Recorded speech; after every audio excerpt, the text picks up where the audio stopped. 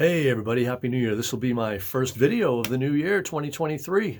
Hope you're all doing well. I am in the studio. My first video is going to be about tuning. I get questions all the time about how I tune the drums. It takes years and years, honestly, to really be comfortable, I guess, with it. This is just my method of doing it. There's so many YouTube videos on how to tune, so I mean, you can look them up and probably find all these different ways people tune the drums. It really comes down to what works for you. So I'm going to show you what works for me. I just recently picked up a 40s Gene Krupa style Slingerland kit, and I'm going to rehead it for a session. But I'm going to start just with a tom-tom, just to show you, and hope you get something from it. Just try to keep in mind, you got to be patient with yourself when you're tuning drums.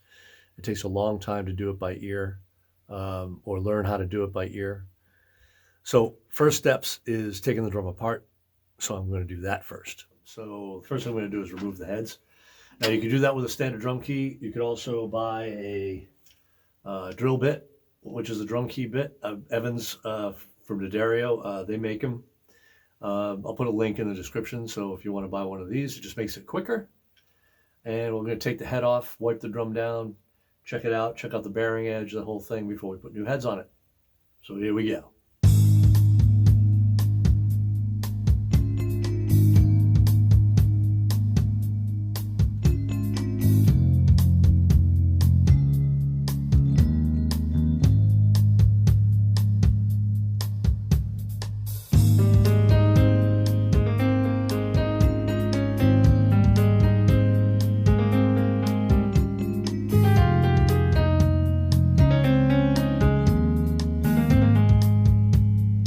Okay, so I have the heads off, and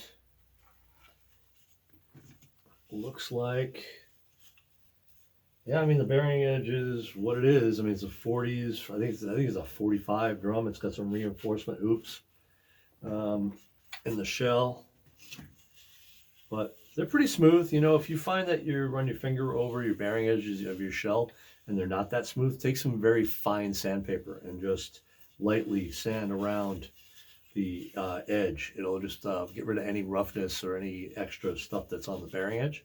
Otherwise, you can just wipe it down with a clean cloth. Now, I wiped this drum down actually because I did have some used heads that I threw on it before I left for tour. So this is pretty clean. But yeah, it's a good idea just to make sure that the bearing edge is good to go before you start putting heads on it. Okay. Now, I prefer to use Evans heads with these older drum sets. Some people prefer Remo. It really doesn't matter. It's whatever your preference is. I ordered an Evans calf tone head. This is a 13-inch tom-tom. The calf tone head kind of replicates the old style calfskin head. If you look at this beat up floor tom head, this is actually an original calfskin head, which says Radio King on it. Radio King Tom Tom. That's how old this one is. I'm going to take that off and save it just for nostalgic purposes. But this Tom Tom, I'm going to put an Evans 56 calf tone head on it. And this is going to be the top head. So I'm going to flip the drum over. And we'll put this head on. I like to line the logo with what I know is going to be the top of the drum. So this is fairly, I mean, Evans has a 360 collar around every head now. But even on this drum, even though it's 360 degrees and it's tapered like this, it sits pretty tight on this drum. So we'll see how it reacts. But, all right. So let's grab the hoop. Put this back on. Okay, so when you put your hoop back on, you put your tension rods in. I don't use the drill again. I do finger tight, okay? So I basically thread them in with my fingers. If they're a little tough, you can put some WD-40 or some bicycle chain oil, some 3-in-1 oil, just a drop in there. It'll help loosen it up a little bit and make them run smoother. Okay. So now once I get them touching the hoop, threaded in, touching the hoop, if I have a problem, I use a drum key. Once I get them actually touching the hoop, that's when I start the tuning process. Now, I tend to stretch the heads out overnight before I start tuning the drum, but for this video purpose, I'm just going to tune it. So I'm not going to pre-stretch these. Anyway, this head and this drum actually has only 10 tension rods. So the tuning process can be a little different. I'm going to use a star pattern on this one, whereas with your 8 lug drum like this floor tom, I would do crisscross pattern. Okay, and all I'm going to do once the tension rods are finger tight, I'm going to press in the middle of the drum just to reseat the head evenly around the drum. Let go, and then pick a tension rod, usually the one in front of me, and I'm going to give it one turn. Now, what I mean by one turn is one turn of the key, which is basically 180 degrees. Okay, then I'm going to go across. Same thing. All right, now that one was loose. So once I feel it grip the rim, I'll do it. If you find that it's loose, get it to grip the rim again, or the hoop, before it gives tension, and then give it a turn. Okay, one turn. Then I'm going to go star pattern, so this way to this one. Make sure it's tight. Give it a turn. Go across from that one. Give it a turn. Okay, that's loose. Give it a turn until it starts to grip the rim. Give it a 180 turn. You might hear some creaking in the head. That's fine. It's just stretching out. Okay. Okay, so that's loose. All right, gripping. One turn. I'm actually starting to hear a tone out of it already. Okay. Gripped. Give it one turn. Okay. Now I go clockwise, and I'll give it another turn each. So it doesn't matter which one I start with. One turn. One turn. One turn. One turn. One turn, and one turn. Okay, so now you can press down on it, stretch it out a little bit before you put the bottom head on. Okay, so now the bottom head. Let's see what we have for a bottom head. Bottom head, I have a standard G1 coated bottom head. This is a single ply head. I usually choose single ply heads for the bottoms of my tom-tom, so I get the most resonance that I can out of the drum. All right, so this is going to be positioned. Where's my logo? Here. Okay. Like this. This is going to sit here. Like that. And then the hoop.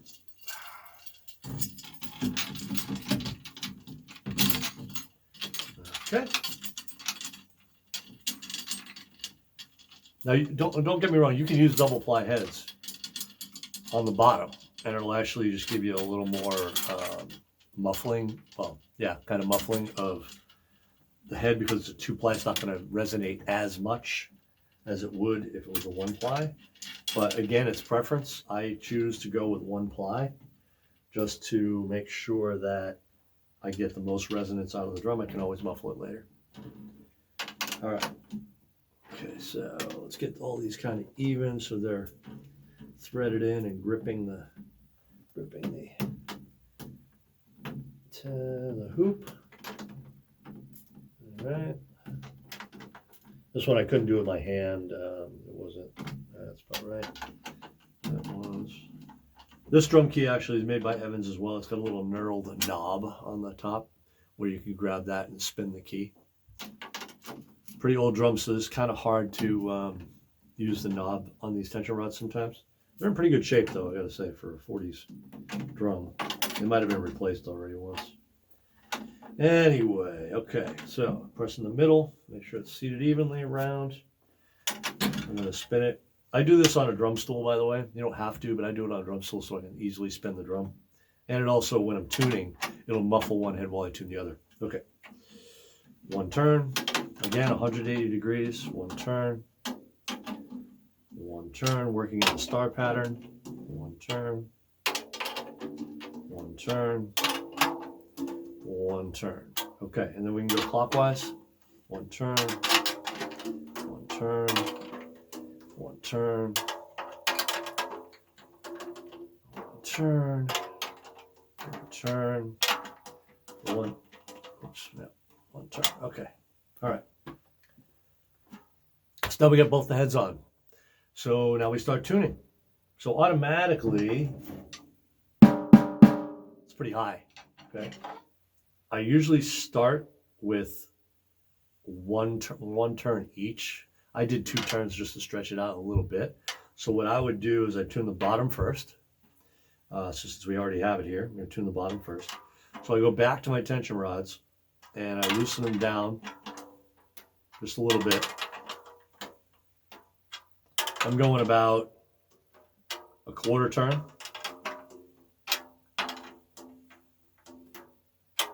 Okay, instead of 180 degrees, I'm going to about 90.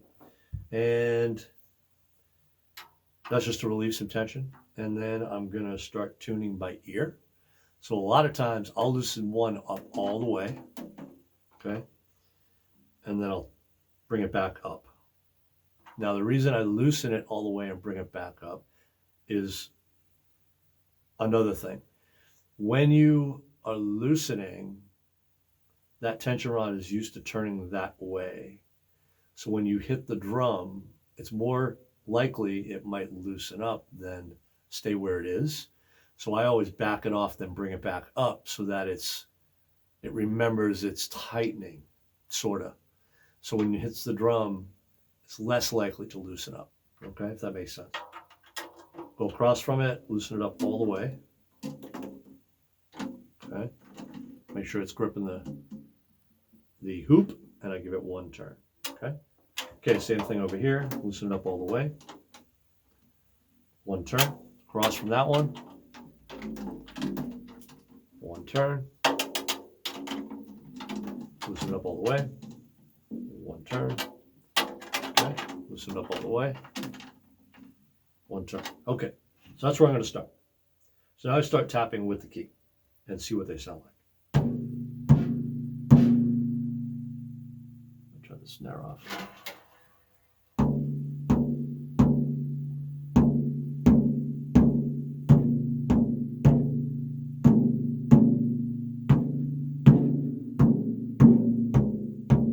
Okay, this one's lower than all of them. These 2 are higher, okay? So I'm going to bring this one up a little bit. Now, when you tighten one of the tension rods, it might affect the rest. That's why I'm only going to do that one.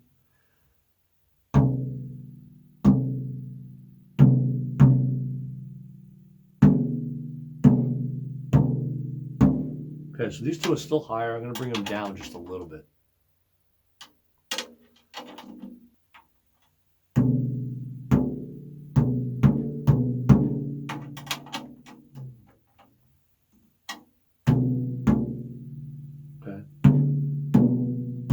Okay. I don't want to loosen these anymore, so I'm going to bring the other ones up and try to match. So I'm going to the 4 that match each other, but not the high ones. The other one just even went higher when I bumped the other ones up.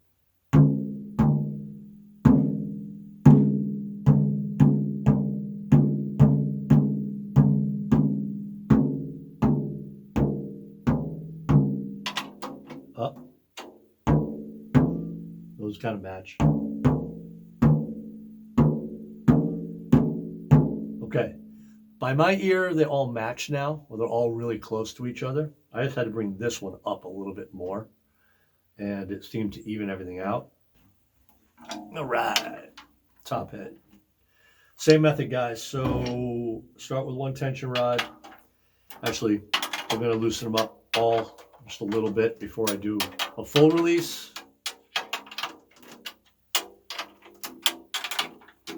Okay. 1 turn, full release off, 1 turn,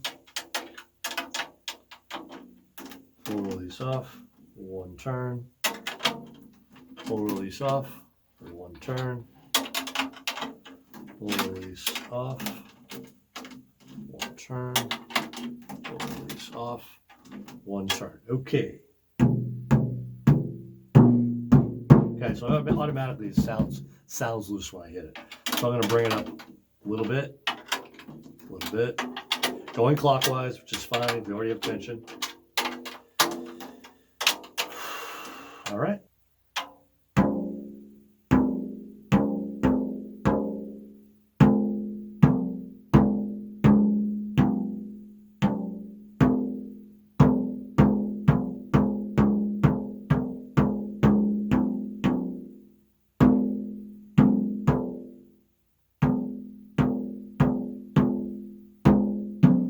Seems high.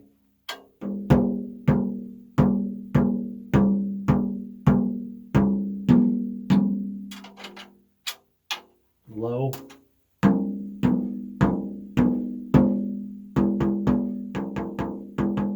That's a little higher than this one. Bring this one up.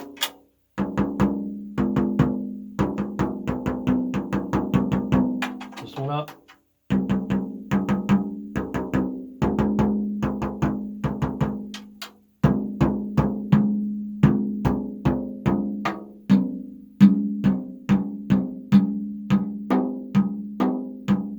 This one up. And this one up.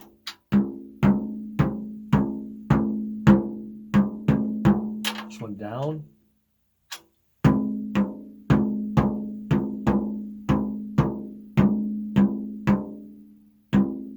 This one up.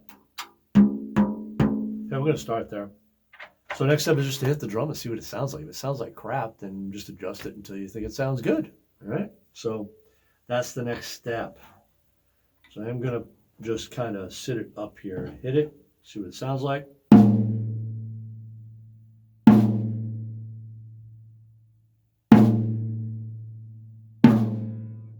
Okay. It's really good. It's getting the snares to react. All right. So I might tune this a little higher. It's a bit too low for me. So would I do the top or the bottom? I think I'm going to do the bottom. I'm going to bring the bottom up a little bit. Little increments, okay? If I turn one of them, I try to turn all of them. So it's only with real fine tuning that I only turn one. Once it's on the drum set, I usually end up using the top head to tune, mostly. All right, here we go. Ooh, that's much better. That's actually much better to me. Yeah, I like that. I like it. I'm going to put it on the drum set and see what it sounds like. Sometimes when you mount it, it ends up sounding a little different. All right, it's on the drum set. Let's see what it sounds like.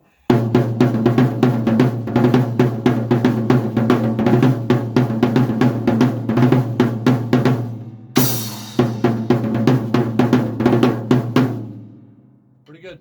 And like I said, that's going to stretch out, so I might actually start tweaking it up a little bit. And in that case, I'll probably tweak up the top head to get that just a little bit higher. Because as you play on it, obviously it's going to stretch out and it's going to detune a little bit. But so far, not bad. All right, guys. Well, that is the tuning process for me. I mean, that's whether it's an old drum or a new drum. That's kind of that's the method I use. I mean, you can watch as many videos as you like and see what works best for you, but that's my method. If you have any questions at all, just leave them in the comments. I know some people have problems with floor toms. You know, the floor toms are the same process. It's just that I like to get floor toms, especially 16-inch floor toms, a little deeper. So the only difference that I can see that I do is sometimes the top head is really loose, where it might only be a half a turn on each one just to get the depth. So I hope you learned something from this video. And like I said, if you have any questions at all, just leave them in the comments, or you can email me. Go to the website and email me, peteabdou.com, or peteabdouDrums@gmail.com. You can email me at that. All right? Thanks for watching, guys. See you all soon. Hey, guys, one more thing I wanted to say about tuning. You know, some people tune their drums to notes. This drum in particular, this tom-tom that we just did here, the top is an A and the bottom is an E.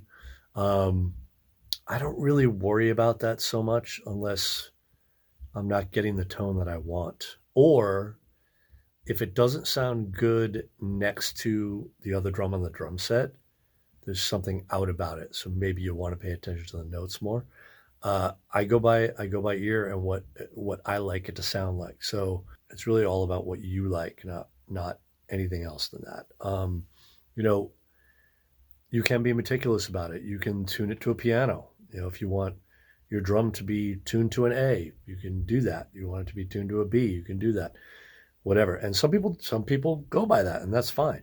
You know, I mean, I tend to go by feel, as you saw, and by ear. The tune bot is just a check, and to be honest, most of the time I don't use the tune bot unless I'm having a problem and I can't get the drum to sound the way I want it to sound. So don't use it as a crutch. Don't rely so much on the tune bot or any device as much as learning by ear and get it to sound the way you want it to sound. Okay? I hope this helped, and I'll see you in the next video. Bye.